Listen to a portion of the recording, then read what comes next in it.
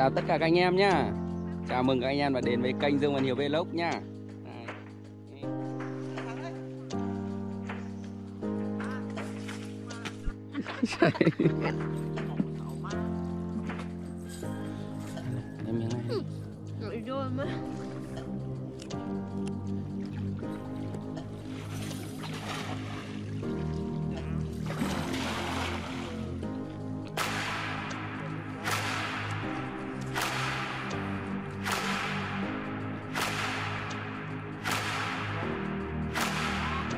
Chết rồi.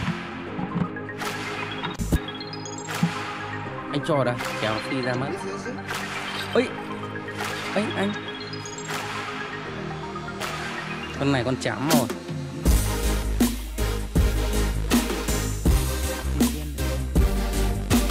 Anh cho ở trong này đã, xong rồi tính tiếp. Đấy, trong này nó không nhảy được đâu.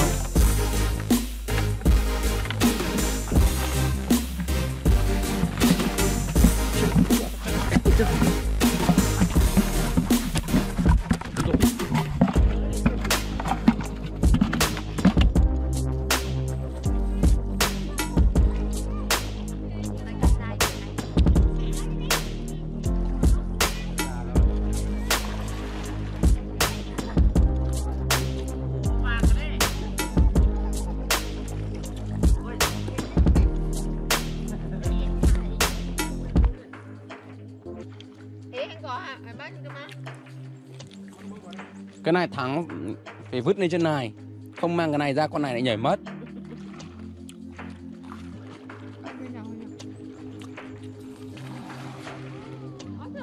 Có khi đủ rồi đấy anh nhảy, 2 con là được rồi còn gì nữa.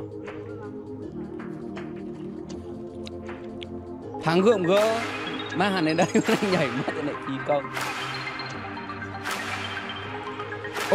Ôm cả lưới lên. Cái này phải ôm lên đây thôi, chứ còn cho con này ra con này nhảy không đỡ được 2 con.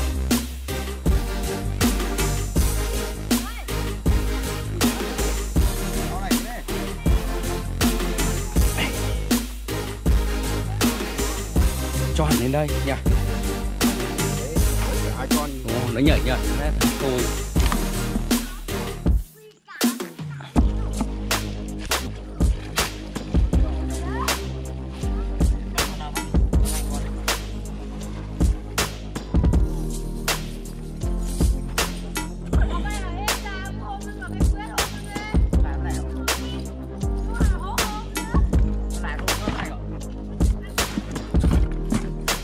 Đây rồi.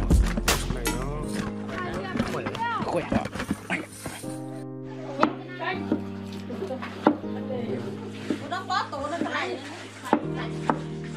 Làm về đó, xin ra mà về đó.